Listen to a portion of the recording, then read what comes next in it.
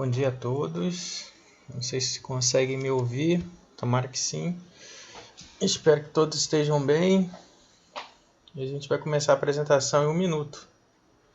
Eu pedi para vocês desligarem as câmeras e os microfones. E se tiverem alguma dúvida e manifestação, que seja pelo chat. Tá ok?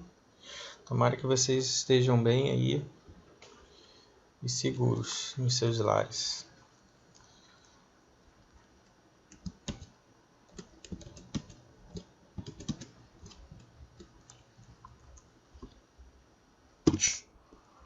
Então, como vocês viram anteriormente, o nosso curso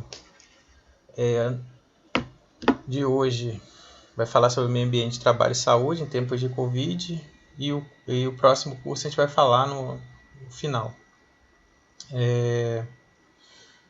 Esse mini curso, na verdade, tem mais uma cara de palestra, né? Ele foi muito difícil e complexo de fazer porque envolve 3 coisas, e essas 3 coisas a gente vai tentar pincelar. Como sempre, fiz a piadinha aí do Independence Day, né? Porque hoje eu acho que a gente esqueceu que era o feriado da independência, mas feriado entre aspas, né? Porque quem já me conhece sabe que eu faço piada de tudo. Então, a gente já está em eterno feriado, né? 2020 já foi cancelado. Então, a gente só tem que esperar agora os ETs chegarem e abduzir a gente, ou então acabar com o planeta logo de uma vez. Aí eu vou ter a figura do Independence Day. Queria agradecer aí a Natália, a Fabiane, a toda a equipe do Penso que está aí presente.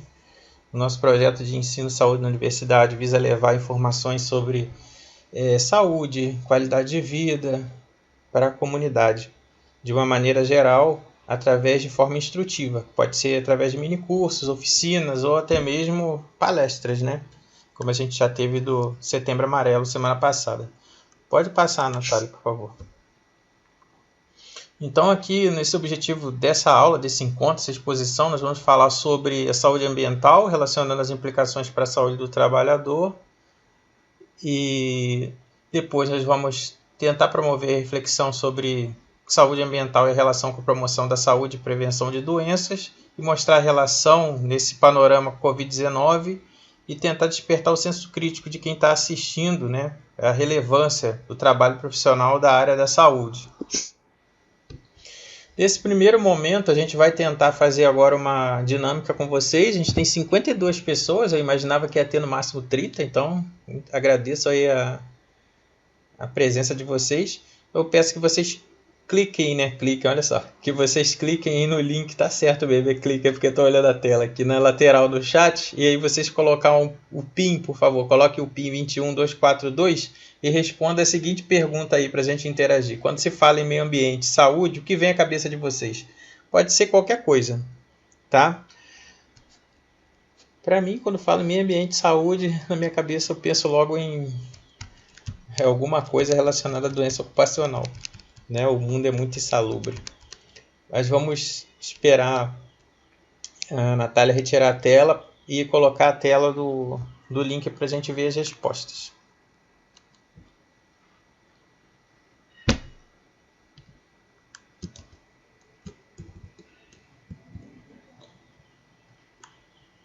Aí a gente viu que tinha a ver algumas coisas relacionadas com poluição, né? E deu uma pausa aí. Opa, voltou. Então, poluição é a palavra mais falada por enquanto, mais lembrada, né? Estresse, equilíbrio, saneamento básico também é outra coisa que sempre me vem à cabeça. Comorbidades, com certeza. Tudo isso a gente vai falar. É importante ter a opinião de vocês sobre isso, porque esses temas vão surgir. Qualidade de vida, moradia. Vamos ver qual vai ser a palavra mais predominante.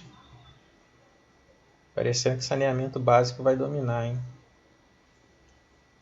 Aquilo ali do lado dos participantes são ao mesmo tempo, tá? Tem 14 participantes ao mesmo tempo respondendo. Não significa que só 14 pessoas responderam não. Porque depende muito do site, né? Tem site que mostra de uma forma, outro de outra, a gente vai variando em vários.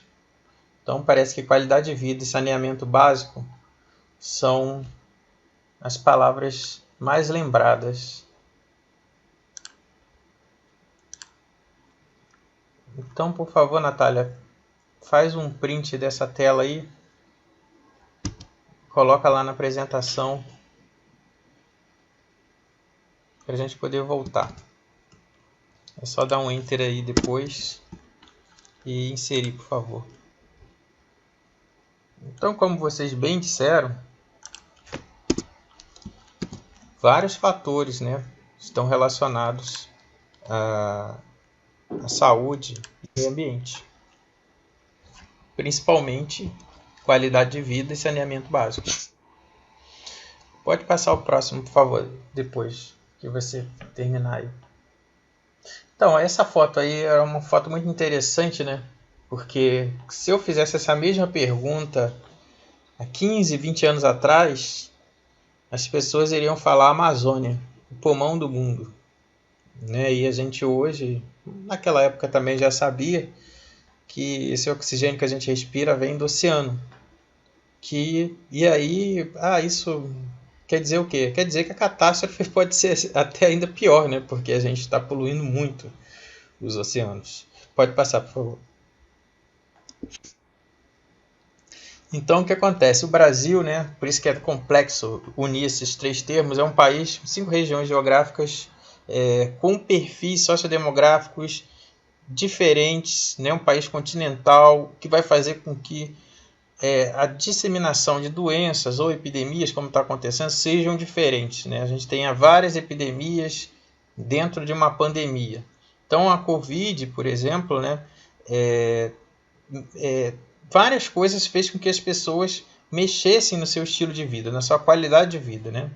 Para que elas tivessem acesso, por exemplo, a alguns serviços, elas precisariam e precisam, né, continuam fazendo isso de casa para se sentirem seguras. E as medidas sanitárias que foram adotadas até agora, como a gente viu no último mini curso, né, no penúltimo, na verdade, de políticas públicas, que teve o maior número de pessoas que participaram até hoje, esse mini curso vai entrar para a história. A gente falou lá sobre as medidas sanitárias dentro das políticas públicas. Né? Pode passar, Natália, por favor. Então, a gente tem que saber algumas definições relacionadas a esse campo que a gente vai estudar hoje, que não é um campo, é a interseção de 3.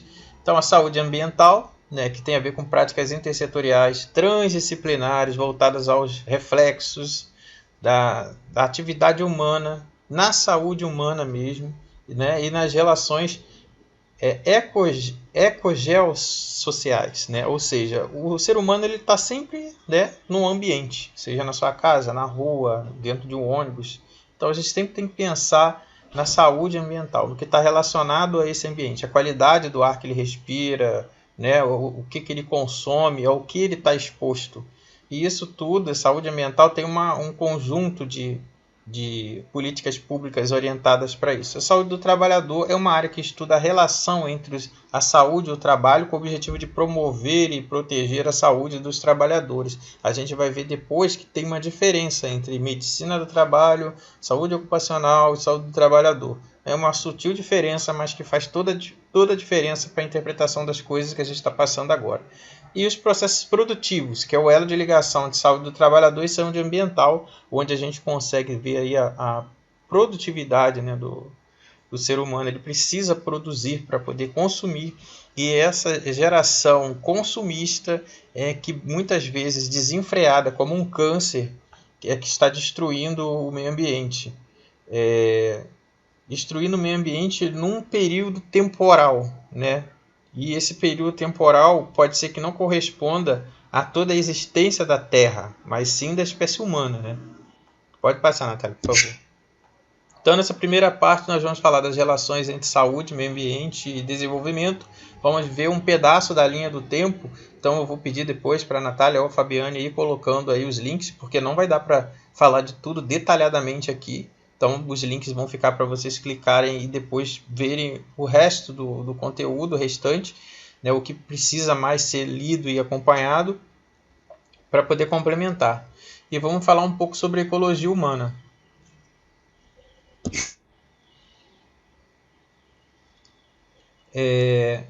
Então, a primeira coisa para a gente fazer esse tripé aí para entender a relação com a saúde, as atividades humanas exigem várias coisas, né? Produção agrícola, industrial, energética, uso e gestão das águas, destino dos resíduos, urbanização, distribuição de renda, qualidade dos serviços públicos de saúde, do serviço público em geral, proteção do meio ambiente e trabalho.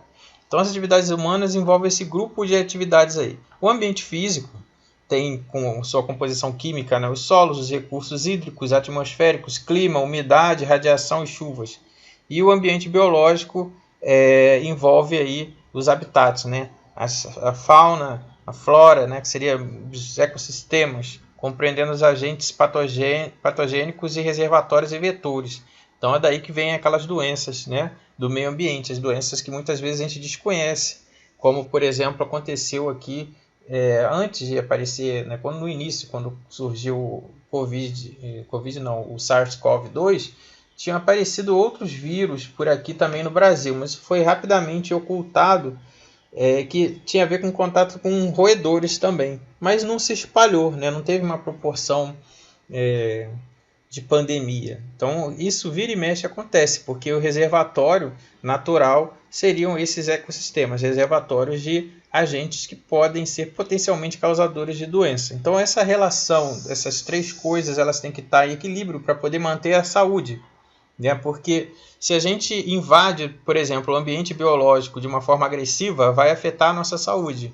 Assim como se a gente do ambiente físico destruir ou prejudicar de uma certa forma muito agressiva, também vai reverter para a nossa saúde. Pode passar, Natália, por favor. Então aqui a gente tem uma imagem da OMS 2001 que o plano de fundo mostra o desenvolvimento, o meio ambiente, né, se encontrando com a saúde e no meio termo ali em amarelo, a saúde ambiental, que seria o elo de ligação. O elo de ligação é ótimo. O elo, porque elo já é ligação. Então, assim, a gente vê essa imagem que, teoricamente, né, é uma teoria, porque o desenvolvimento estaria como pano de fundo. O que a gente vê, na realidade, não é bem isso, né? A gente vê as pessoas destruindo muito mais as coisas. Então, o desenvolvimento não estaria em segundo plano, digamos assim, né? Eu estava falando ontem com as monitoras, tenho que me controlar para poder falar nessas exposições aqui, senão daqui a pouco eu vou parecer um maluco reclamando da destruição de tudo. A gente está nessa fase de ver, observar isso tudo que está acontecendo, mas temos que nos centrar no conteúdo, senão eu vou ficar um militante do verde aqui, né? Não destrua e tal. Pode passar, Natália, por favor. Então aí essa linha do tempo a gente vê tudo que aconteceu de marcante, tá? E aí eu deixei até o link, aí pedi para a Natália colar aí depois, que tem um artigo que fala muito bem disso. Então em 72, por exemplo, foi discutido pela primeira vez os problemas ambientais em Estocolmo. O evento deu origem a 19 princípios representando um manifesto ambiental para os tempos atuais. Em 1974 foi criada a Divisão de Ecologia Humana e Meio Ambiente do Ministério da Saúde. Em 77 o Ministério da Saúde passa a monitorar a qualidade da água. Antes disso, tal responsabilidade era por vários ministérios, sem resultados concretos que a gente pudesse observar claramente, né? Nos anos 80 foi a criação do Centro de Estudo de Saúde, Trabalhador e Ecologia Humana, onde eu estudei, na Fiocruz, onde eu fiz o doutorado, que se aproxima dos temas de saúde e ambiente. Então, eu aprendi muita coisa nesse centro, no CEST. Né? Quando eu fiz doutorado, foi mais voltado para burnout, saúde do trabalhador, que atua em hospitais, né? Principalmente CTI. Mas quando eu fui fazer estágio de pós-doc lá, eu tive que orientar e ajudar muitas pessoas, orientar entre aspas, né? Ajudar nas orientações e dar aula para o pessoal da área da parte da ambiental, né? Porque lá tem 2 programas, né? E o programa de pós-graduação em saúde pública e meio ambiente, eu aprendi muita coisa, né? De telhado verde a algumas matas, né, importantes e reservatórios de várias espécies da fauna e da flora. Então, assim, é muito interessante isso ter sido criado, esse centro ter sido criado dentro da Fiocruz, e isso na década de 80. Pode passar, Natália, por favor. Aí, em 92, A Eco 92 aconteceu, né? Isso é bem antigo, né? Era uma época que eles tamparam as favelas com tapumes verdes para ninguém ver, né? Depois repetiram isso atualmente também, fizeram vários tapumes nos viadutos, colocando, né, dizeres sobre Olimpíadas e tudo mais, né, escondendo as favelas, como se você não visse, não existisse mais aquilo ali, né? Em 1995, a Conferência Pan-Americana de Saúde e Ambiente no Contexto de Desenvolvimento Sustentável foi realizada nos Estados Unidos. O Brasil apresentou as diretrizes para a implementação do Plano Nacional de Saúde e Ambiente. Em 99, o Ministério da Saúde formula a Proposta Política Nacional de Saúde Ambiental. Em 2000, a saúde ambiental começa a ser trabalhada por meio de algumas divisões e a FUNASA. Em 2002, a Cúpula Mundial sobre Desenvolvimento Sustentado Rio+10, né, com o objetivo de fazer um balanço das conquistas e desafios de novas questões, desde 1992. Pode passar, Natália, por favor. E também nesse período de 2000 surge uma portaria que estabelece procedimentos, né, relativos ao controle e à vigilância da água e consumo humano e o padrão de potabilidade. Em 2003, a criação do Sistema de Vigilância em Saúde, né, e ele foi muito importante, que a gente vai falar lá no finalzinho dele, e tem muitas coisas, né, e a gente falou também no curso de políticas. Então o saneamento passa a ser de uma secretaria do Ministério da Cidade, né? E o saneamento foi uma coisa que vocês falaram muito também. Então tá aí o link, depois a Natália vai colar para continuar vendo essa linha do tempo. Então, falando de saneamento, a gente pode falar, por exemplo, da água, né? Então a água tratada, né? Aqui vem falando do tratamento das águas residuais em diferentes regiões do mundo. Então, na África, quantos por cento do esgoto é tratado? 0. Na Ásia, 35%. Na América Latina, incluído aí o Caribe, 14%. Na América do Norte, 90%. E Europa 66%. Isso segundo a Unicef. A imagem está muito ruim, mas era o que tinha. Próximo, por favor. Então, aqui, ó, o ambiente, né, ele traz riscos tradicionais, processos infecciosos secundários ao saneamento inadequado. Então, o saneamento básico é algo muito importante. E existem os riscos tecnológicos, né, que seriam do avanço do uso, né, de alguns conhecimentos que poderiam melhorar a nossa qualidade de vida. Então, esse avanço tecnológico criou o quê? Agrotóxicos, contaminações químicas do ar, do solo e por aí vai. Então, no nosso projeto, né, que o Ciência e Saúde, e tem também o Espaço Aberto para a Saúde, a gente entrevista pesquisadores. Então, um dos pesquisadores que eu entrevistei faz muito tempo foi sobre a contaminação da água por anticoncepcionais. Uma coisa boba, né? Mas desde a década de 70, anticoncepcional é eliminado na água, porque o organismo não depura, né? Ele não fica preso, não é transformado em outra coisa, é sintético. Então sai esse anticoncepcional na água, e como a nossa água é uma água de reuso, né? Porque vem pelo rio, uma cidade vai usa, né? E enche de esgoto e volta e depois pega de novamente e vai ser tratado, então todo mundo bebe anticoncepcional na água desde a década de 70. O que isso vai causar para a espécie humana? Não sabemos, né? Provavelmente já sabemos, mas isso foi discutido numa entrevista. E foi bem interessante, né? Que a gente vê que muda o sexo de alguns peixes, causa um desequilíbrio ecológico em algumas espécies, mas enfim, vários riscos estamos submetidos. Próximo, Natália, por favor. Então, a ecologia humana, ela visa estudar a relação do homem com o ambiente e inclui muitos fatores, né? Fator econômico, fator psicológico e outros que transcendem a ecologia. Então, para outros, a ecologia humana tem por objetivo metodologias mais específicas, que incluem entender o comportamento humano sobre variáveis ambientais. Então, como que você se comportaria, né, em vários cenários, né, diferenciados. Agora, o que a gente pode tirar dessa coisa, desse termo de ecologia humana, né? Visa a ecologia humana devolver aos seres humanos uma capacidade de trazer, que eles já têm, né? Desde a sua concepção, de ter uma autonomia, né? Ter uma boa autoestima e trabalhar em cima de uma ética essencial e inata do ser humano, né, para que ele tenha autoproteção, autoabastecimento, autorrealização e harmonização. Por exemplo, você não vê um chimpanzé tacando fogo numa árvore. Você não vê o chimpanzé cortando uma árvore. Você não vê o chimpanzé, entendeu? Destruído o que ele precisa para ele comer, para ele sobreviver. Então parece que em algum momento aí do caminho, né, na trajetória da espécie humana, devido aos padrões que a gente já conversou em outros cursos, né, em outros mini-cursos, devido ao sistema, né, tanto financeiro, interesse econômico, a gente perdeu essa noção. Então tudo virou algo que é de consumo, até a própria natureza. Pode passar, Natália, por favor. Então, nessa segunda parte, a gente vai falar um pouco do momento triste que a gente está vivendo sobre a saúde do trabalhador e Covid. Então, foi difícil montar essa apresentação até agora, porque a gente tem que interrelacionar essas coisas todas. Então, o que aconteceu, né? O que está acontecendo? Pode passar, Natália, por favor.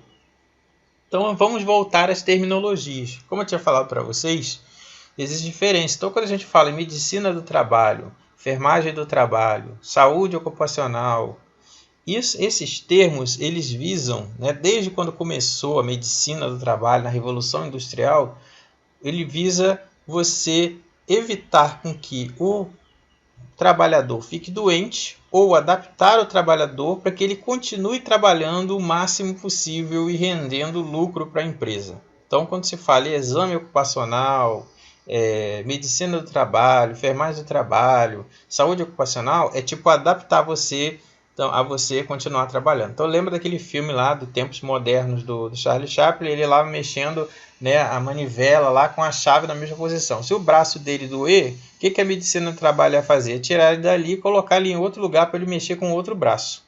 Ou então, não tem como fazer com o braço, você vai ficar sentado aqui na porta fazendo alguma coisa. Então é uma adaptação cruel, né, porque visa o lucro e você é uma máquina. Enquanto que a saúde do trabalhador, como a gente viu a definição lá anterior, e aqui tentando clarear mais, ela traz a humanização da voz ao participante, no caso o trabalhador, ele participar da gestão. Então quando a gente fala de humanização, igual a gente viu na oficina de humanização, né, quem não viu é só entrar no canal lá e ver, a gente fala que a gestão é participação, é um envolvimento da pessoa na humanização, da forma que ela participe da gestão, de que ela colabore, de que ela tenha um entendimento do que está acontecendo com ela. Então a saúde do trabalhador é algo muito mais amplo, né? É muito maior do que a medicina do trabalho. Então, sobre Covid, né, a gente viu aí o primeiro caso 26/2, né, a literatura toda hora diz uma data diferente, então essa é a data que a gente tem hoje, no Independence Day, dia 7 de setembro. Então o primeiro caso de Covid confirmado em São Paulo. Depois a gente tem 6/3, o Ministério da Saúde anuncia medidas de reforço, e assistência hospitalar na atenção primária, né? Disponibiliza médicos para outras áreas, e enfermeiros e técnicos. E dia 13/3, o Ministério da Saúde regulamenta critérios de isolamento, de quarentena, né? E avançando, pode passar, Natália, por favor. Dia 17/3, a gente tem o Rio de Janeiro, decreta situação de emergência e define medidas temporárias para a prevenção do contágio. 20/3, a gente tem o reconhecimento da transmissão comunitária pelo Ministério da Saúde e recomenda medidas de distanciamento, que é o que a gente não está observando, né? Os pancadões, as festas continuam e a questão toda é a aglomeração. A questão não é ir à praia, né? A questão é a aglomeração. Então aqui, como a gente pode observar, o número de casos global, né? Isso eu peguei hoje, não modificou ainda, eu peguei ontem 11 horas da noite, mas aí eu olhei hoje, está a mesma coisa. Então a gente vê globalmente, né, o número de casos, 26.961.000, o Brasil 4 milhões, sendo que a gente hoje já perdeu esse posto de segundo lugar, né? Agora é a Índia. Não teria como a Índia não chegar a esse ponto, porque ela tem bilhões, né? 1 bilhão. Então, se tem muita gente, aglomeração é inevitável, né? Então, aqui a gente tem uma outra situação do Brasil. Aí vem mostrando São Paulo, Bahia, como eu falei para vocês, várias epidemias dentro de uma pandemia. Então, se você olhar as curvas, por exemplo, São Paulo, né? Não tem como passar o mouse aqui, porque é a Natália que está projetando lá. Eu estou com problema na câmera. Por isso que vocês estão me vendo pelo celular. Oi. Então, assim, São Paulo, se você olhar, um platô contínuo, né? Sobe e desce. Bahia, parecido, né? Mas deu um pico e continuou. Rio de Janeiro fazendo W, que era aquilo que a gente esperava, os epidemiologistas esperavam no início. Minas Gerais chegou a um platô e também estabilizou com muitos casos. E assim fica, né? Pode passar, Natália, por favor. Então, se a gente olhar isso aqui, né, do global, né, que também está aí o link, Natália pode colar, Natália não, a Fabiane pode colar também se quiser, que vem mostrando o total de casos no mundo. Então, se você for ver, a esfera, né, da Índia e do Brasil estavam muito próximas. Agora a Índia já passou o Brasil. Isso de ontem para hoje. E Estados Unidos disparado, né? Tipo, os Estados Unidos às vezes ficam falando do Brasil, só que a questão não é de comparação, não tem como, porque são muitas pessoas. Então, onde tem muita gente, vai ter maior número de casos. Maior número de casos não significa tanta importância assim, significa por milhão. E outra coisa também que significa muito, que eu já falei nas aulas anteriores, significa também o número de mortes que a gente tem, né? Qual é a taxa de letalidade desse vírus? Inclusive, eu acho que nas últimas palestras, aulas, oficinas, eu falei isso. Comentei que, por exemplo, a taxa de letalidade do MERS ou do SARS-CoV-1,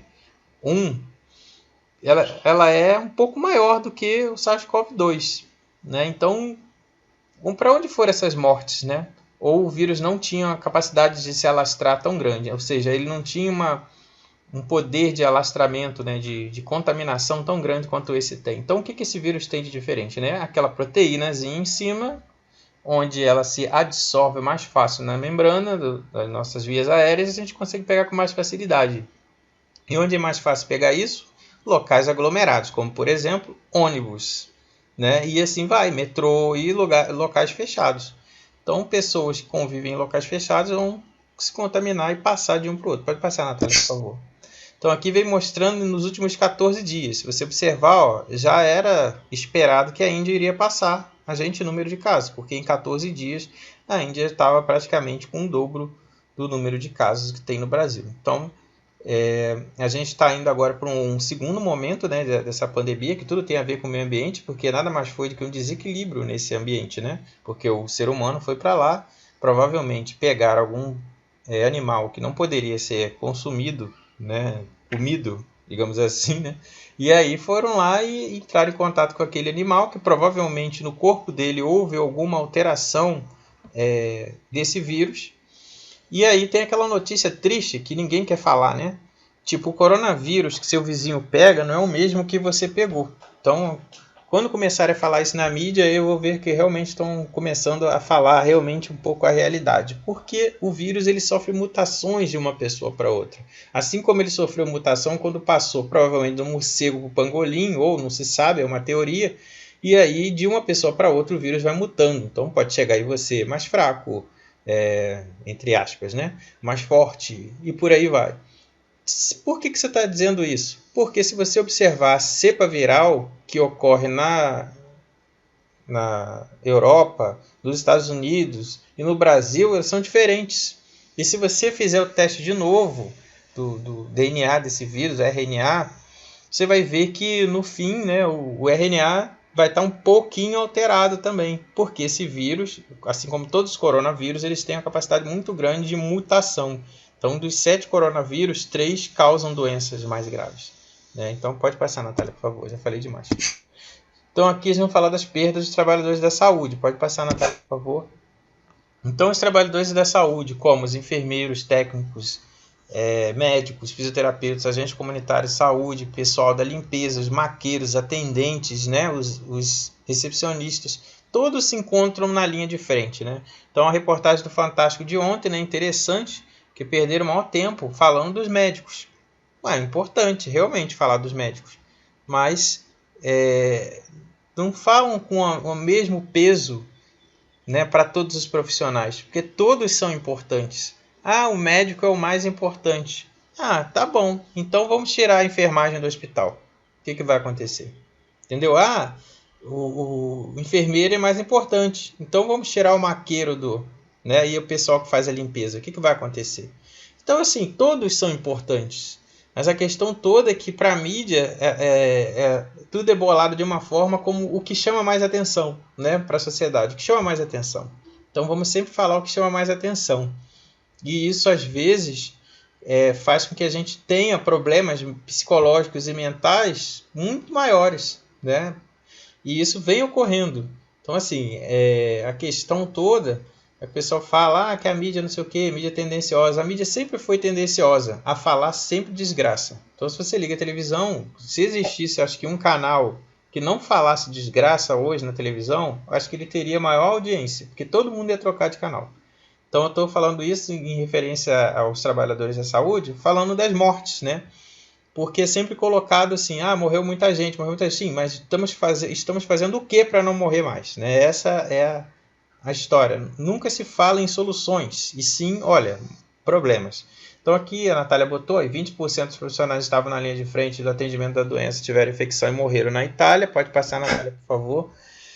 E aí, com a chegada no país dessa doença, diferentes categorias precisaram trabalhar de forma isolada, né?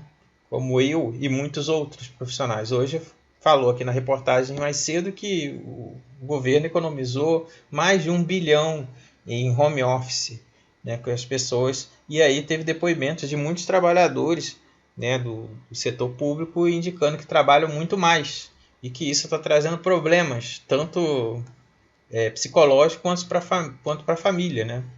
Então, assim, a gente tem funcionários de mercado, por exemplo, que não pararam de trabalhar, entregadores, motoristas, transporte público e os profissionais da saúde.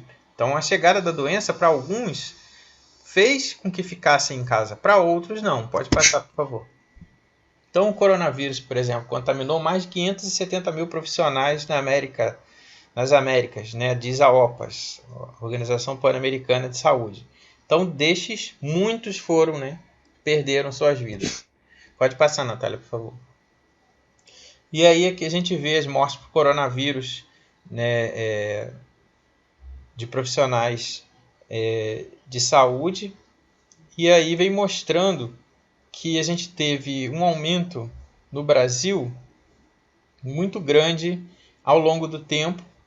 Aqui são as mortes no geral, tá, gente? Mas vamos passar para o próximo slide, por favor. Eu quero chegar lá no ponto.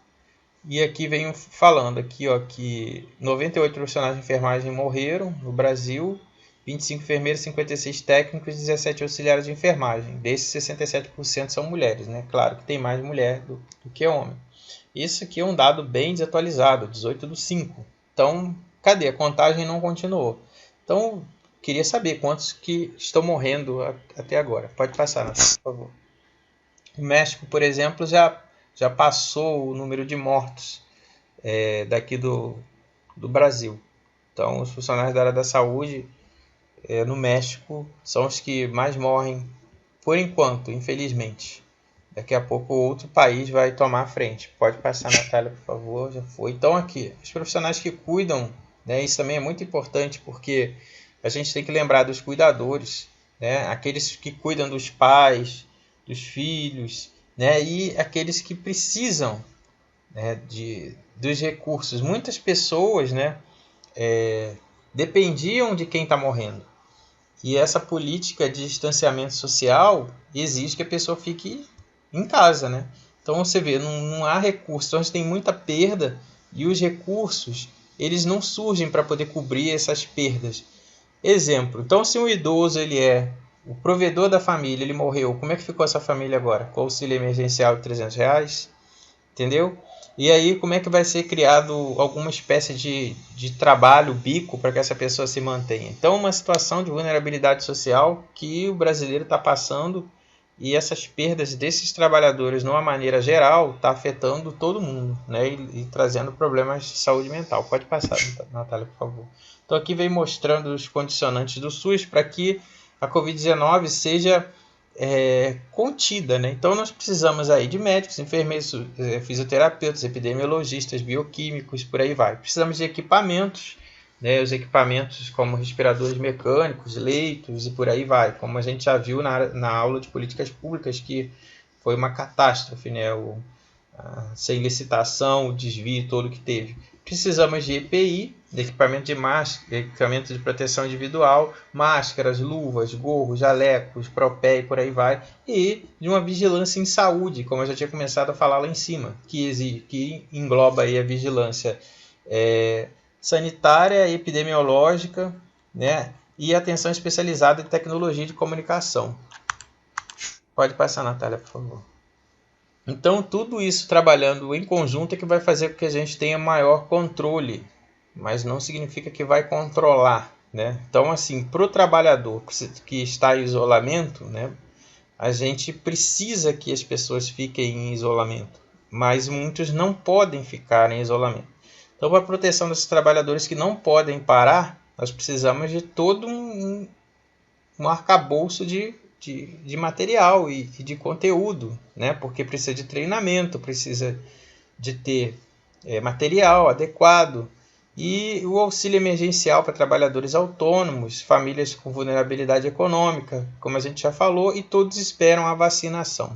A vacinação é algo que a gente vai ter que ver para frente se vai funcionar ou não. Nunca foi feita nenhuma vacina contra coronavírus. Por quê? Já expliquei o porquê. Por causa do número de mutações. Seria você fazer uma vacina para algo que já não existe mais, porque o vírus já estaria mutado. Então, vou dar o exemplo, que depois podem me condenar e julgar à vontade. A vacina que está sendo feita ou que foi produzida, né, que vai estar sendo testada, ela está sendo testada com vírus daquela época da China, quando começou lá. Esse vírus é o que está afetando aqui? Provavelmente não, mas deve funcionar? Sim, por tabela, né, por analogia, por estrutura molecular, deve funcionar. Mas vai ser 100% eficaz? Não sei. Ninguém sabe. Mas aí as pessoas vão para a mídia falar que sim, que com certeza vai dar certo. Claro, nós temos que falar o lado positivo. Mas o que eu estou tentando dizer é que não podemos dizer que a vacinação é a solução para as mortes que estão acontecendo agora, né? Porque isso tem a ver com o meio ambiente. E o que a gente faz para poder prevenir? Lavar as mãos, utilizar máscara e evitar aglomerações, que é o que o pessoal nega, que é outro fenômeno sociológico que tem que ser estudado, que é o da negação. Não existe doença, não existe patologia, ninguém tem nada, não me afeta, se eu não vejo, não existe, né? A história que eu falei para vocês de cobrir com tapume a favela, com tapume verde. Pode passar, Natália, por favor. Então, com o aumento de casos no Brasil, começou-se a notar a escassez de EPIs. Então, o fornecimento desse material foi afetado, né? Porque teve um aumento do valor internacional muito grande, porque o ser humano é um ser muito estranho, né? Quando as pessoas mais necessitam, o preço é elevado, é triplicado, né? Eu lembro que eu comprei uma garrafa de álcool por R$5. Depois, a mesma garrafa de álcool passou a ser R$20. Como assim? Porque é a lei da oferta e da procura, né? Então, o desafio: a contratação de mão de obra qualificada de forma mais rápida, principalmente nas unidades de terapia intensiva, que é onde precisa mais. E a gente tem outros grandes desafios, né? Como, por exemplo, os hospitais, como a gente viu ontem mesmo, né? Quem acompanhou essa reportagem do Fantástico, falando do burnout, que é o meu assunto de pesquisa de doutorado e que eu continuei estudando por muitos anos, desde 2011 até agora. E aí essa pesquisa, provavelmente eles fizeram uma enquete pela internet, e essas pesquisas muitas vezes, eu não sei a fonte, mas quando é feita assim, sem passar por um comitê de ética, avaliação e tudo mais, a gente não pode publicar. Então, eu não sei onde que está essa pesquisa, se ela vai ser publicada ou não. Mas, enfim, se utilizou os conceitos básicos do que é burnout, né, que é a despersonificação, baixa realização pessoal, esgotamento emocional, mostrou que 83% dos profissionais médicos, aí começaram a falar só de médico, tem burnout. E o profissional de enfermagem? Não tem, não? E se tem, muito provavelmente é pior, porque vai estar ali o tempo inteiro junto com o paciente, vai ficar o tempo inteiro cuidando de vários outros aspectos, que não é somente medicar, né? A população ela não entende muito bem como funciona o SUS e também não entende muito bem como funciona a equipe de saúde, porque elas não sabem o que o enfermeiro faz. E aí a gente tem essa luta aí dos profissionais de enfermagem para que eles sejam mais valorizados. A gente está no ano de valorização da enfermagem internacional. Aconteceu essa catástrofe dessa Covid-19, né? E os profissionais de enfermagem, eles são como se fossem ainda anônimos, como se não existissem. Então é uma coisa assim horrível que a gente observa, né? Os conselhos, o pessoal falando o que está acontecendo, né? As mortes, a falta de material, os problemas mentais. Se você entra, vocês repararam ali quando coloquei a tela do Corém, do COFEM, né? Quando vocês entram, a primeira coisa que aparece é assim: você precisa de ajuda psicológica, porque é o que estão passando os profissionais de saúde, e porque eles estão imersos no ambiente, né? Esse ambiente insalubre, esse ambiente de exigência alta, um ambiente onde você é demandado o tempo inteiro, um ambiente onde você tem que resolver problemas o tempo inteiro e que não tem material e não tem estrutura para isso. Tanto que quando eles comparam nessa enquete que eles fizeram na internet, né, que eles colocaram lá como pesquisa, não sei se é pesquisa ou não, vou saber ainda, eles mostram que os hospitais públicos o índice seria maior, né, de 87%, se eu não me engano. Então a gente não tem profissional capacitado, contratado suficiente também, né? Pode passar na tela, por favor. Então aqui vem mostrando algumas imagens, né, que eu trouxe, que a gente vai ter um mini curso só sobre isso, o uso de aparelhos, né? Aparelhamento e desaparetamento, né? Então você vai se aparamentar e desaparamentar. Então colocaram avental, luvas, tudo tem uma técnica, né? E falando da vacinação de novo, por quê? Porque o profissional de saúde é o que está mais exposto, é o que está mais na linha de frente. Então eles são os que devem ser vacinados primeiro.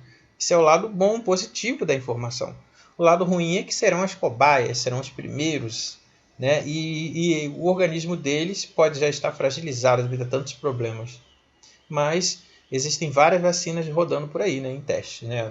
Da Rússia, da China, de Oxford. E o Brasil no início falou que ia fazer um monte de vacina, né? E até agora a gente não fez nada, só estamos testando as vacinas de outras pessoas, que é a tal da transferência de tecnologia. E a NR32, o que é a NR32? Pode passar, Natália, por favor. A NR32 a gente vai falar, norma regulamentadora 32. Natália, pode passar, por favor. Aí a gente vê aqui as etapas para retirar o equipamento de proteção individual. Como vocês podem perceber, não é uma coisa simples, né? Não é algo assim, você pega e tira. Porque se você fizer alguma coisa fora de uma etapa, você pode se contaminar. E é justamente aí, neste ambiente fechado, contaminado, dentro de algum local do hospital, que os profissionais, em sua maioria de enfermagem, se contaminam no momento de colocar e retirar os EPIs. Pode passar na tela, por favor. Aí vem mostrando aqui a remoção do macacão, né? Dizendo que como você deve proceder com as luvas, né? Porque tem um momento final para você retirar as luvas. Inclusive uma luva está dentro da outra luva, porque no fim você tem que tirar uma luva para poder tirar a última parte. Enfim, tem toda uma técnica, que eu não quero perder tempo, pode passar, Natália, por favor, para poder a gente não perder muito tempo falando disso. Então, a realização da higienização das mãos, ó, na etapa 10, na etapa 12, e assim vai. Então, você o tempo todo está fazendo higienização das mãos. Pode passar, Natália, por favor. Então, aqui a norma regulamentadora 32, que muita gente estuda, não só da área da saúde, mas também de engenharia, da biomedicina, enfim, de várias áreas. Que envolve o quê? Várias técnicas de proteção no ambiente de saúde, ou seja, envolve a insalubridade, né? Então você está exposto a riscos químicos, gases, né? Condições de higiene, condições de conforto, controle de infecção hospitalar, desprezo adequado de resíduos, serviços de processamento como lavanderia de roupas. Existe também, fala de risco biológico, de radiação ionizante, de quem trabalha com isso, da arquitetura hospitalar, né, da entrada de fluxo de ar, saída, limpeza de filtros, manutenção de máquinas e equipamentos, e isso tudo casando com uma norma que envolve a prevenção de riscos, né, que é a NR9, e o Programa de Controle Médico de Saúde Ocupacional, que é a NR7. Então, a NR32 ela é imensa, ela é específica para profissionais de saúde e fala muita coisa relacionada ao ambiente. E todos esses itens deveriam ser seguidos em todos os hospitais. A questão toda é, se antes já não existia fiscalização adequada, né, você imagine agora que falta até profissional de saúde. Pode passar, Natália, por favor. Então, aqui teve uma parte que a Fabiane fez, me ajudando, falando sobre o que está acontecendo agora, né? O que a gente deve fazer com a saúde mental dos trabalhadores antes e depois. Então, a gente antes tinha ainda existe uma negação, né? E as informações educativas sobre a forma de contágio elas são necessárias. É necessário uma sensibilização e informação sobre a saúde mental durante a epidemia, identificação de grupos vulneráveis, né, do ponto de vista psicossocial. É um estudo que a gente está fazendo também aqui, vamos começar a fazer, né, com os profissionais técnicos administrativos da UF, e o outro estudo a gente está fazendo com acadêmicos de enfermagem, que já está rodando em toda a UF. Também vai ser feito na UFRJ. A gente quer identificar grupos mais vulneráveis. E é uma proteção preventiva para toda a população. Pode passar, Natália, por favor.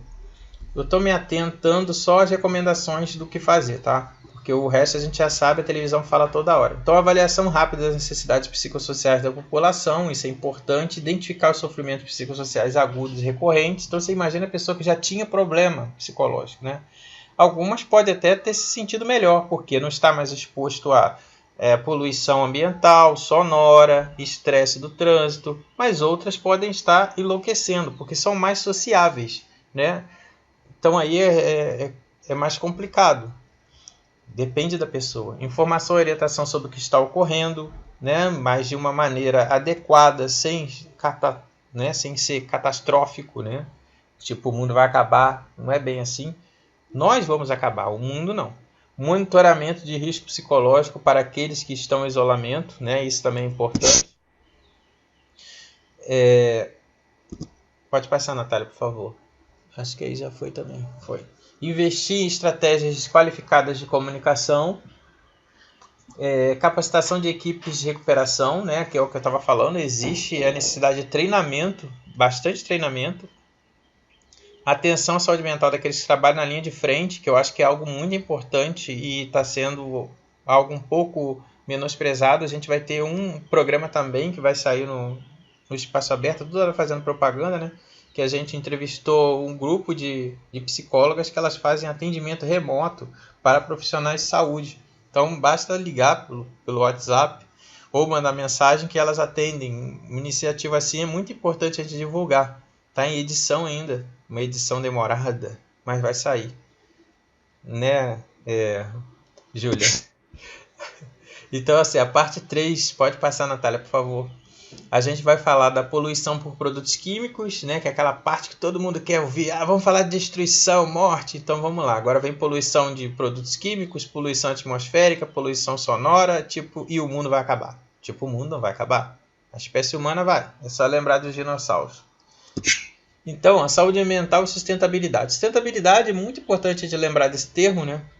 É a capacidade de sustentação ou conservação de um processo ou um sistema. Eu acho essa definição muito pobre e eu falaria que é o seguinte: o que você vem fazendo para que a geração futura possa usufruir também do planeta ou do ambiente, né? Então, a sustentabilidade ela envolve você ter o equilíbrio entre aquilo que você retira da natureza e o que você mantém lá. Então, por exemplo, um pescador não pode pescar o ano inteiro, senão os peixes não se reproduzem, vai acabar a espécie, vai entrar em extinção.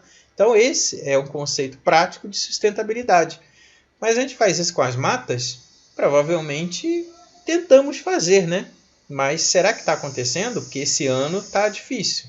Assim como outros anos também tiveram, mas esse ano está demais. O que tem de vídeo, pessoas tacando fogo em mata, né?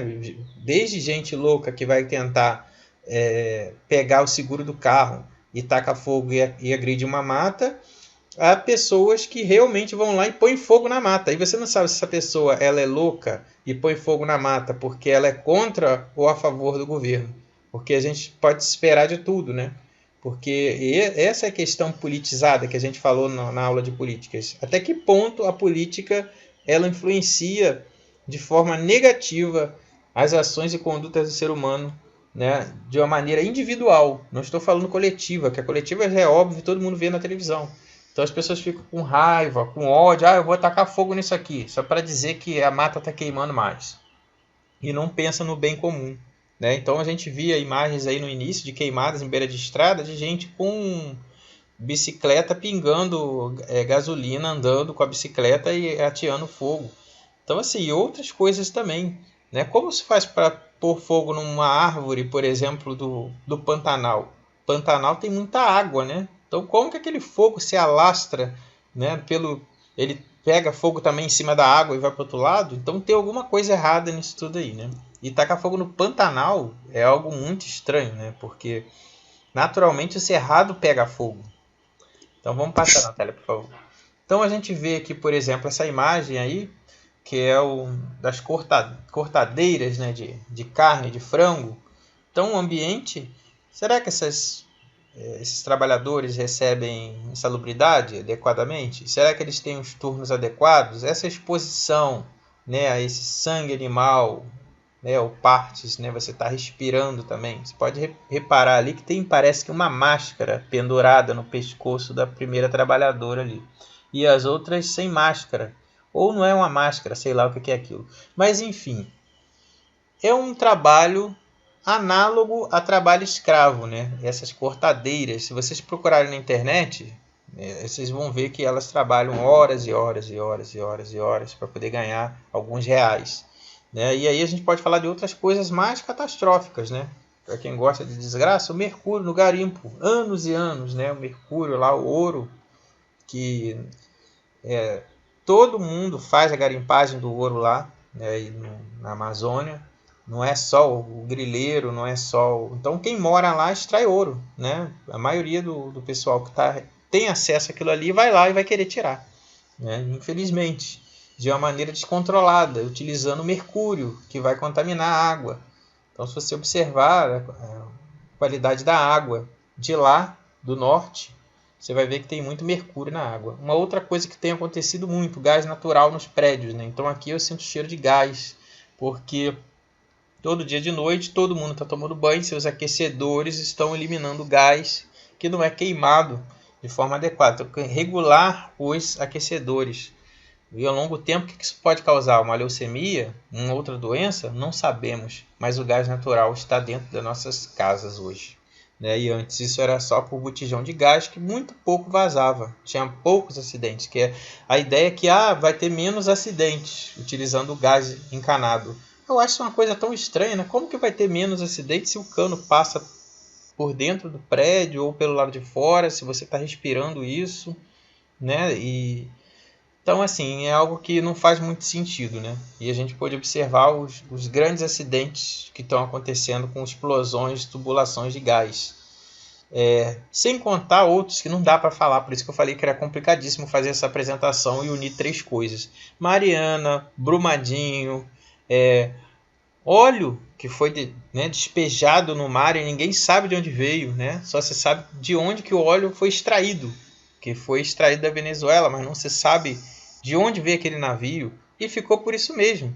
Só que a gente está falando de uma catástrofe que a mídia gosta de mostrar, que sensibiliza, e a outra catástrofe que acontece diariamente, que são os derrames de esgoto em tudo quanto é lugar e que vai cair no mar e nos rios. Ninguém fala disso, né? Teve atualmente o rompimento de uma represa, né, da transposição do Rio São Francisco, que é outra obra faraônica também para poder em inglês ver, que vamos ver quem é que vai fazer manutenção de todas essas bombas para poder chegar a água em todos os municípios, né, passando pelos estados lá do Nordeste, porque isso não é uma obra só para poder o rio ser desviado, existem elevatórias, né, você tem que jogar água para cima. E isso precisa de bomba, isso precisa de manutenção, isso precisa de dinheiro público. Então, assim, não é... Vamos fazer só a transposição, vamos construir aqui com concreto, igual tem cenas lá mostrando, com um saco plástico preto embaixo, concreto em cima, quando vem a água, né, derrama tudo, né, transborda tudo. Então, existem vários trabalhos insalubres, o profissional de saúde está ali, seria o médico do trabalho, o enfermeiro do trabalho, e aí a gente vê essa imagem do lucro, né, de verde, né, do lucro verde, né, de retirar da natureza e conseguir um dinheiro fácil. Pode passar, por favor. Então aqui a gente vê a relação do ambiente no quadro de mortalidade, onde a gente tem contaminação das águas, em que em cima aparece doenças infecciosas, neoplásicas, do aparelho circulatório, respiratório, perinatal e causas externas. Então a gente, se observar o maior número de SIM, né, em contaminação da água pode causar X doenças, contaminação, poluição atmosférica, tais doenças. Mas o que tem mais SIM é as mudanças ambientais globais, né, e também a pobreza, moradia insalubre, que é o que a gente mais tem, né? Então, mudanças ambientais globais estão acontecendo o tempo inteiro, né? Um grande velejador deu uma entrevista ontem falando que alguns locais que ele passava de barco, que ele podia dormir, né, pelo mundo, hoje tem tempestades que são consideradas normais. Então o mundo está mudando, porque existe uma contaminação, uma mudança na estrutura global. Isso está acontecendo. Só que o problema não é para a Terra, como todo mundo fala. O problema é para nós, porque a Terra é um terrário com capacidade adaptativa. Então, caiu um meteoro aqui, destruiu tudo, né? E aí depois a Terra voltou à vida. Então, a gente pode poluir à vontade. A gente vai dizimando a nossa própria espécie de uma maneira ignorante, né, e idiota. Então, assim, a gente vê doenças parasitárias neoplásicas do aparelho circulatório, respiratório e perinatal e também causas externas. O que são causas externas? Acidentes como atropelamento, suicídio. Então, a pobreza, a moradia insalubre pode causar isso, né? Morte por tiro, né? Perfuração por arma de fogo. Pode passar, Natália, por favor. Então, as disparidades, né? No ano de 2000, cerca de 63,6% das internações por doenças infecciosas parasitárias estavam relacionadas ao saneamento ambiental, né? O que faz com que o Norte e o Nordeste seja 70% do que aumenta a hospitalização por diarreia nessas regiões, por exemplo. Pode passar, Natália, por favor. Então, aqui vem mostrando o exemplo do censo demográfico de 2000, mas a gente vai pegar um dado mais atual. Então, o Brasil produz 77,8% aí da água, né, que ele está, e 47,2% de esgoto. Então, vê aqui o tratamento, a gente vê o saneamento básico. Então, o que acontece? Quem recebe a água, né? Então, quem recebe menos do que 2 salários mínimos tem 67,4% da água tratada, enquanto quem recebe mais de 10 salários mínimos, 92,2%. O esgoto tratado, né? O esgoto tratado, quem recebe menos de 2 salários mínimos, 32,4% do esgoto tratado. E quem tem mais de 10 salários mínimos, 75,8%. Pode passar, Natália, por favor. Então, aqui o dado de 2016, mostrando as áreas onde a gente tem a região sudeste aqui, marcado com 92, 93 e 94. Então, 92 é Duque de Caxias, 93 Longe Iguaçu, 94 São Gonçalo. Então, assim, se vocês perceberem, são cidades aqui da área metropolitana. Provavelmente essas pessoas estão conectadas aqui com 74 pessoas. Olha, que milagre. Parabéns para vocês, hein? Independence Day, o dia da independência. Aí a gente tem aqui esse monte de cidades que são as piores em saneamento básico.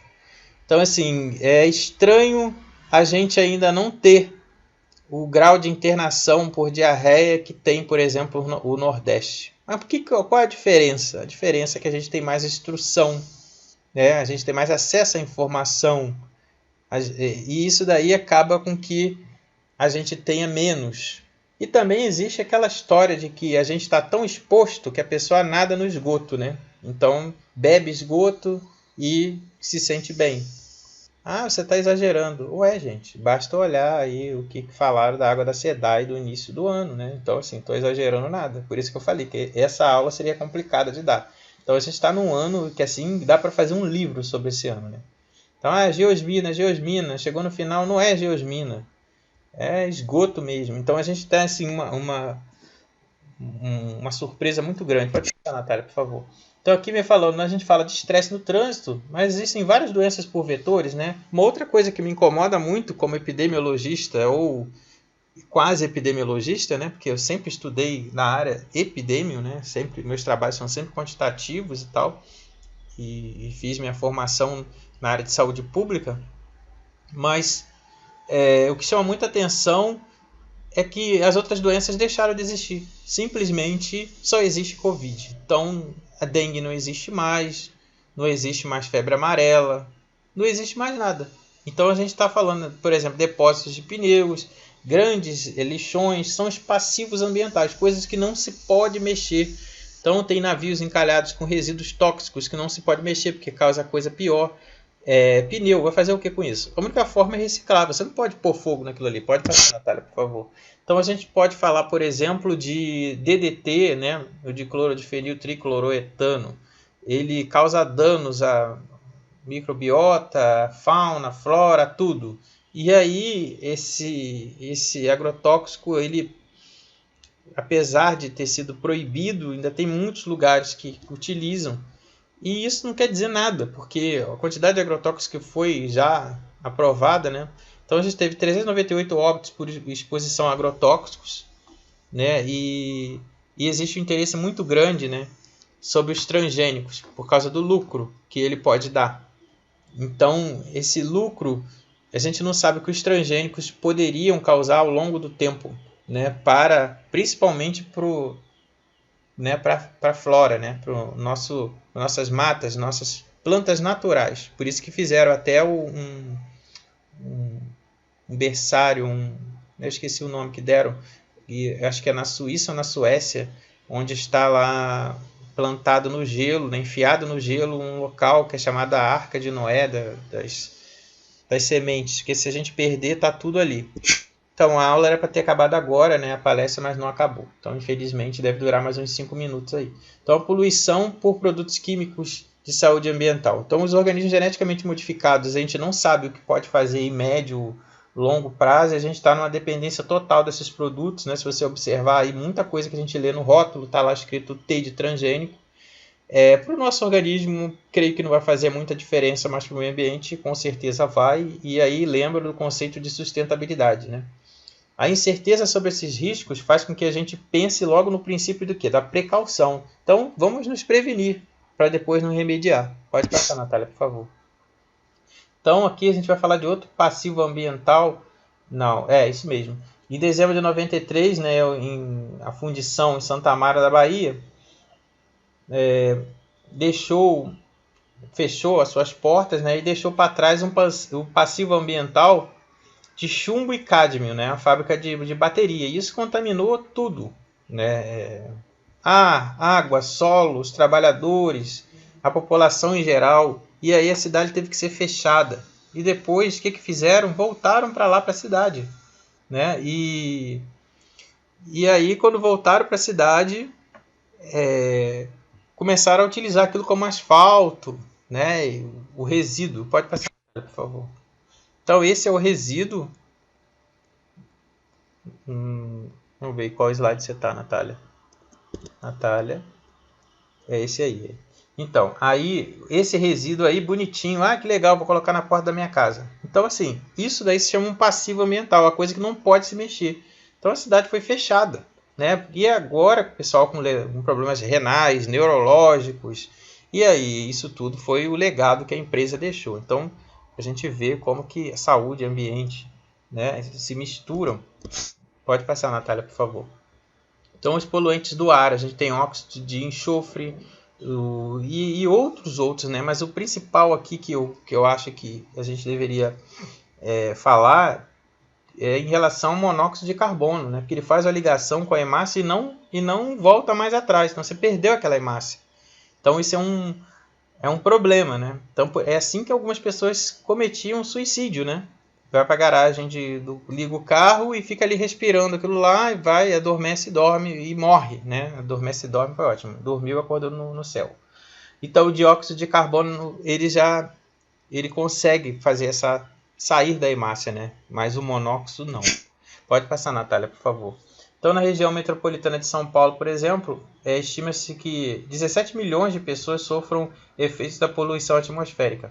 Então, a sílica e o asbestos, né, que é o amianto, são agentes de pneumopatias presentes, né? Então, o Brasil eliminou a caixa d'água de amianto, telha de amianto, e depois várias coisas entram na justiça, e aí a telha de amianto volta. Então, o Brasil não pode vender, mas ele pode produzir. Obviamente é que vão comprar aqui também, né? Vão dar um jeitinho. Então, indústrias têxteis, né, de construção e dentre outras, né, que têm contato com esse amianto. Pode passar, Natália, por favor. A gente tem poluição atmosférica muito grande, né? Teve em 1983 e a cidade que era considerada muito poluída era Cubatão, né? Inclusive teve casos em Cubatão, aí já foi questão mesmo de um acidente ocupacional, né? De intoxicação por benzeno, que um problema que foi identificado em vários polos petroquímicos e siderúrgicos, né? Então a gente tem que tomar muito cuidado com esses agentes que são os gases, né? Por isso que o posto de gasolina é alto, que é para poder o vento bater ali e não ficar aquele cheiro de gasolina e o cara não se expor tanto a esses gases tóxicos. Pode passar, Natália, por favor. E aí essa imagem mostra uma queimada, né, ocorrendo numa vegetação de cerrado, que naturalmente pode ocorrer, mas que também, quando provocada pelo homem, é muito pior, né? Como a gente já sabe disso. Pode passar, Natália, por favor. Aqui vem mostrando na China, né? E por incrível que pareça, a China ela combate a poluição atmosférica de uma maneira muito grande, tanto que a tecnologia está aliada a isso, né? Os novos carros e por aí vai. E o local mais poluído do mundo no ar não é a China, e sim a Índia. Pode passar, Natália, por favor. Então, no ano de 2000, por exemplo, em Mauá, observou-se uma emanação de hidrocarbonetos aromáticos num condomínio. Por quê? Fizeram o condomínio em cima de uma área de resíduo industrial, que era um passivo ambiental, ou seja, algo que não pode mexer. Passivo ambiental não pode ser mexido. E existem os desastres ambientais que a gente está vendo, né? Deslizamentos que ocorrem o tempo todo, chuvas, né, muito fortes, incêndios florestais, a seca, às vezes ela por muito tempo, ou chuvas por muito tempo. Toda hora tem um furacão novo. Agora a gente teve esse ano aí vulcões também, então está acontecendo muita coisa. Pode passar, Natália, por favor.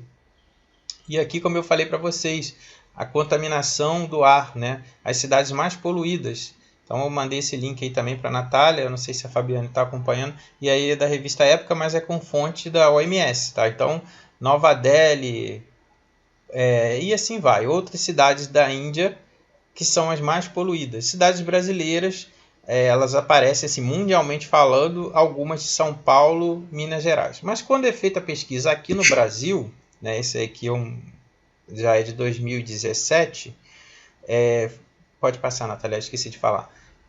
Rio de Janeiro e depois Cubatão. Olha só que interessante, na região metropolitana. Então, se fizer 64 microgramas por milímetro cúbico, né, então isso vai para onde? Né? Essa sujeira toda vai para onde? Isso tudo vai para cá. Essa pode passar, Natália, por favor. Vai para cá. Onde que é isso aí? É o nosso pulmão. Então, esse é o pulmão de uma pessoa que mora numa área metropolitana. Ela não fuma. Ela não tem problema de saúde pulmonar, né?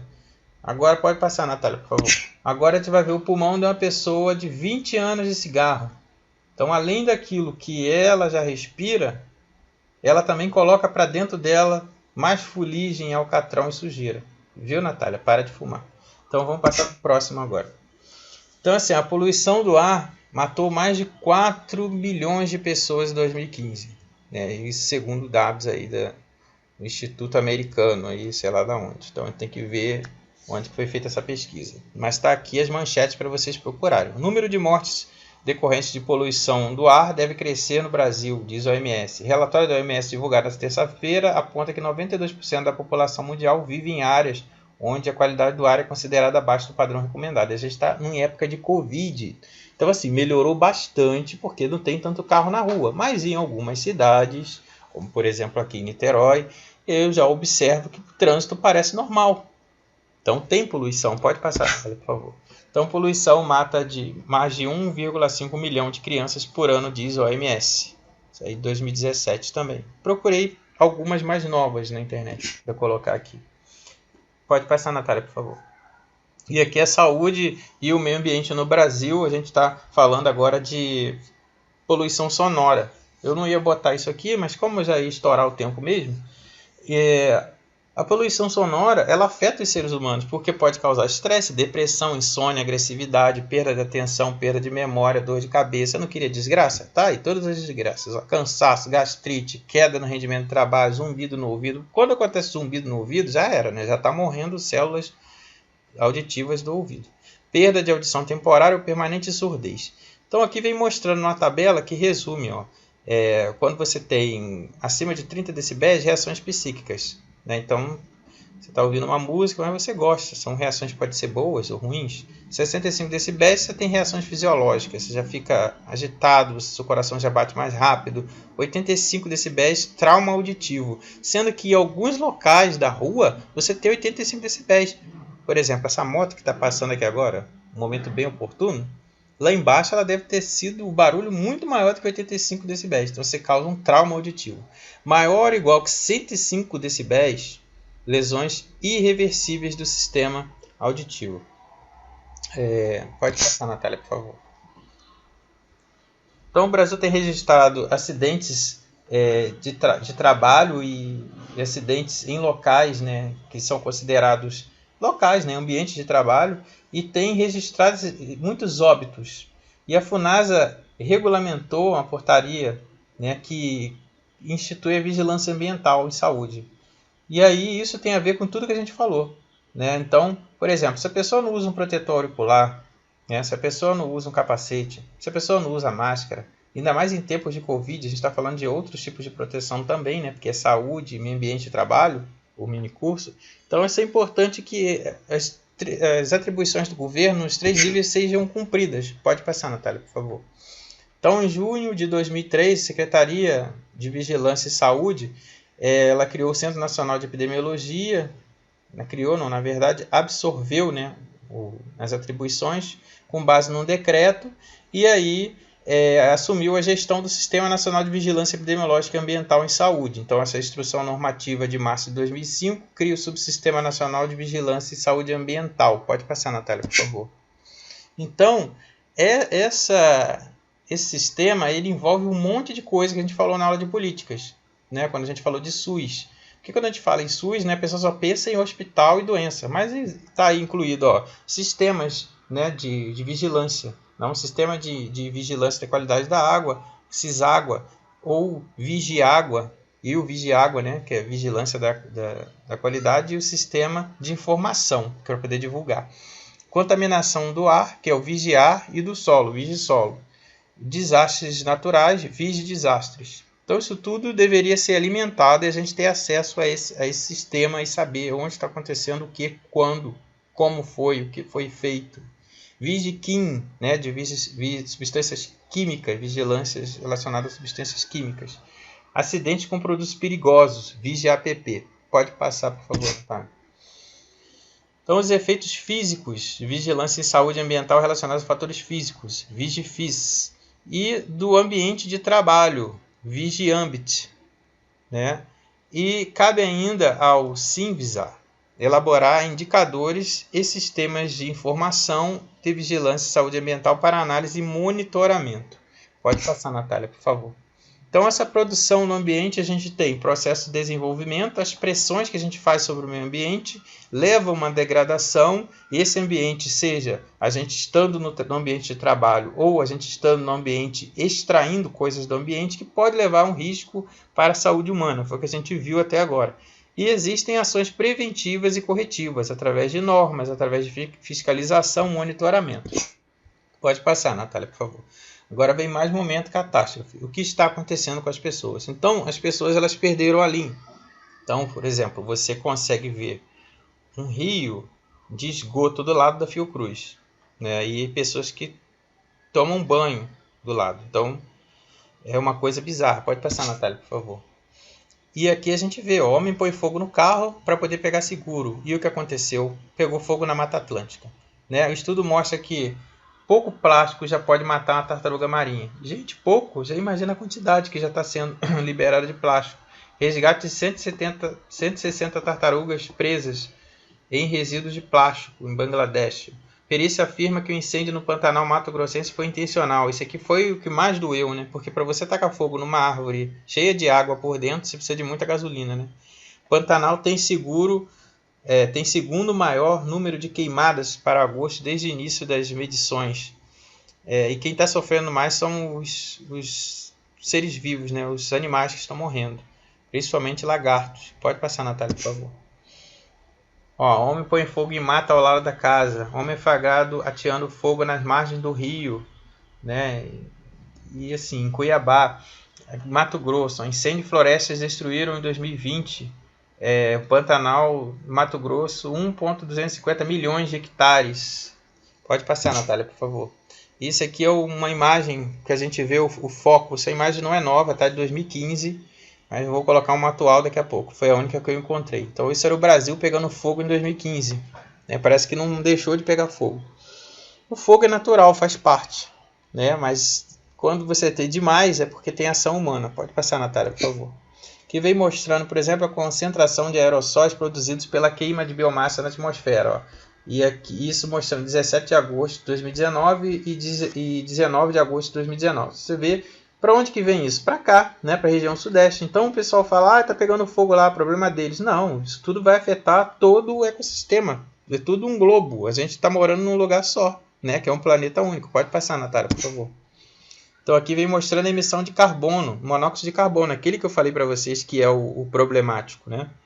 Então se você for ver, vai se espalhando pelo mundo todo, né? Mundo que eu digo que não vai ficar só ali no continente, né? Vai para uma área maior e assim vai. Tem as correntes de ar circulantes. Pode passar, Natália, por favor. Aqui vem mostrando a concentração de material particulado, aquela coisa preta que fica no estômago, olha só, do pulmão lá que a gente viu, né? E aqui do lado a gente mostrando uma imagem na NASA de 14 de agosto de Porto Velho, né? Queimada acontecendo. E você observa, tipo, muitas áreas devastadas, né? Pode passar, Natália, por favor. Então aqui, se a gente olhar a distribuição de água na Terra, a gente vê aqui que a água salgada ela é muito maior, né? E a água doce é uma pequena parcela, 2,7% da água doce, água, né, da Terra. E a distribuição dessa água doce, ela está em maior parte onde? No gelo de calota polar, né, em atmosfera, água subterrânea, né, depois vem lagos, pântanos e rios, né? Então aqui a América do Sul, se você olhar nesse outro gráfico em pizza, o último aqui, ele mostra que grande parte dessa água está alocada na Ásia e América do Sul, né? E a gente vê pessoas na África, por exemplo, precisando desses canudinhos aqui, que é uma tecnologia utilizada por eles para filtrar a água, né? E muita gente carregando. Aqui a mulher no Nordeste carregando água de açude. Pode passar, Natália, por favor. Então aqui vem mostrando o mapa da distribuição das águas no mundo. Olha que interessante, né? Então a gente já viu que os países mais pobres são os países que detêm a água potável. É uma inversão. E ao mesmo tempo que o Brasil está gordo aí de tanto ter água potável, tem locais no Brasil que as pessoas não têm acesso à água. Então assim, é uma coisa meio que bizarra. Então a questão toda aqui não para, né? Para a gente pensar, né, por que essa água não chega por canos em determinados locais, por que não existem outras estratégias de retirar água né, porque tem países áridos aí que retira a água do ar, que retira a água do oceano, né? Qual a tecnologia poderia ser utilizada? E a gente continua falando em obras faraônicas para poder agradar o eleitor. Vem aí, né, o maior concurso público do ano, que são as eleições, onde a gente vai dar super salários para algumas pessoas. Pode passar, Natália, por favor. Então aqui essas cenas tristes. Às vezes eu vou caminhar na praia de manhã bem cedo para não ter ninguém e eu vejo tartaruga morta na beira da praia. E muito urubu. Tipo urubu que come carniça. Tipo, é uma coisa horrível, né? A gente vê uma situação dessa. Até um isqueiro dentro dessa ave aí tem. Pode passar, Natália, por favor. Então isso aqui é o que a gente vê, ó. Lindo e maravilhoso, né? O mar com a língua negra. Não sei se vocês lembram, mas teve um acidente também horrível esse ano. Acho que foi esse ano passado, não lembro agora. Que foi lá em Cabo Frio, Arraial do Cabo, onde a água ficou quase marrom, né? Daquele verde clarinho, a água se perdeu. Pode passar, Natália, por favor. Aqui a gente vê, ó, os emissários submarinos, né? Jogando, poluindo o oceano. Não tem como, emissário submarino, mas vai voltar para onde? Para a própria costa, não tem jeito. A figura de baixo, ela já mostra a língua negra, não o emissário submarino. Pode passar, Natália, por favor. E os agrotóxicos a gente tem aqui por tempo, por anos. Bolsonaro até agora 745, Temer 409 agrotóxicos, Lula 832 agrotóxicos e Dilma 988 agrotóxicos. Isso tudo vai para onde? Para a nossa água. Então aqui vem mostrando, por exemplo, pode passar aí, Natália, o valor, o número de agrotóxicos, que foi aprovado. Pode passar, Natália, por favor. Aqui os pesticidas por anos, Então a gente teve aí o ano 2018 e 2019 bastante aprovação. Pode passar, Natália, por favor. E aqui o que está por trás desse agrotóxico, Então esse link também a Fabiane pode colocar aí se quiser. A gente tem a quantidade de agrotóxicos que tem na sua cidade. Então você entra nesse site, coloca lá o município. Então eu coloquei Rio de Janeiro, Niterói não tinha dados. E aí mostra que 27 agrotóxicos diferentes são encontrados na água. Então, por favor, filtrem sua água. Preferência com filtro de barro, que é o melhor que tem. Pode passar, Natália, por favor. Então aqui a gente vê, já estamos terminando, Já estourei o tempo que faz muito, eu falei pra caramba, 11h20. Então aqui a gente viu que a vigilância e saúde do trabalhador envolve vigilância também de riscos, Então eu peguei essa imagem aqui para mostrar. O trabalhador ali, num polo petroquímico, provavelmente, utilizando luvas, tá vendo a luva? Eu não estou vendo. Utilizando protetor auricular também, Olha que legal, Então, assim, não há uma fiscalização. Então, uma foto dessa para ser feita porque a pessoa, isso é algo comum, Então, a gente tem que ter a vigilância, a exposição aos contaminantes, a vigilância dos efeitos sobre a saúde humana. Isso tudo tem que ser observado. Em contrapartida, não em contrapartida, mas soma-se a isso também a vida comum. Então aqui vem uma imagem que poderia ser do Brasil, mas tem toda a cara de ser da Índia. A pessoa escovando os dentes no meio de um monte de lixo e esgoto. Então assim, é algo normal, Então a gente vive o momento da banalização de tudo, da morte, da destruição do meio ambiente. E tudo isso por causa de quê? Qual é a estrutura? Qual é o interesse por detrás disso? Se as pessoas estarem todas alienadas e despreocupadas com o futuro. Seria muito individualismo, Mas isso tem a ver com a própria natureza humana, Até onde a gente chegou? Por que a gente chegou nesse ponto, São questões para a gente refletir. Pode passar, Natália, por favor. E o que você faz pelo planeta, Você economiza água, você zela o meio ambiente, você usa bicicleta. Inclusive hoje seria até melhor, por causa da pandemia. Prefere produtos orgânicos, caríssimos, Às vezes não tem como. Lâmpada fluorescente, hoje nem é mais fluorescente, é lâmpada LED. Separa o lixo úmido, usa energia renovável, use sacolas retornáveis, entendeu? Isso tudo são coisas que a gente pode fazer. Então, a saúde ambiental engloba problemas resultantes dos efeitos do ambiente. Existem vários aspectos históricos e sociológicos que a gente pode falar em relação a isso, dentro da própria história do Brasil mesmo, que a gente viu na aula de políticas. Quem quiser pode ir lá nesse mini curso de políticas, está lá no canal. A poluição ela pode vir de vários meios, ar, água, alimentos, som. E a saúde e qualidade de vida, ela depende muito do nosso meio ambiente, Como eu já diria Florence Nightingale, em sua teoria do ambiente. A Florence Nightingale, estudada pelo pessoal da engenharia, economia, que inventou o gráfico de pizza. Florence estudou matemática, engenharia, até mesmo matérias que não existiam naquela época, para poder entender como que as doenças se proliferavam, para poder evitar. E aí é isso, Próximo slide, por favor. Aqui estão as referências. Nosso próximo mini curso vai ser triangulação de Menson. Pode passar, Natália, por favor. E aqui vem a nossa equipe, do pessoal todo que está trabalhando aí em off para tudo acontecer. Agradeço a Fabiane, hoje especialmente a Natália, também a Júlia, que está em todas, O Vitor Manso está aí também. Mas a todos que estão aí que eu não estou conseguindo ver, que eu estou vendo minha tela. Pode passar, Natália. Aí é o momento de dúvidas, se vocês tiverem, provavelmente eu não vou saber todas, pode passar, Natália, por favor. E aí eu vou pedir para deixar esse aí, que é o triangulação, vai ser 14 horas dia 15.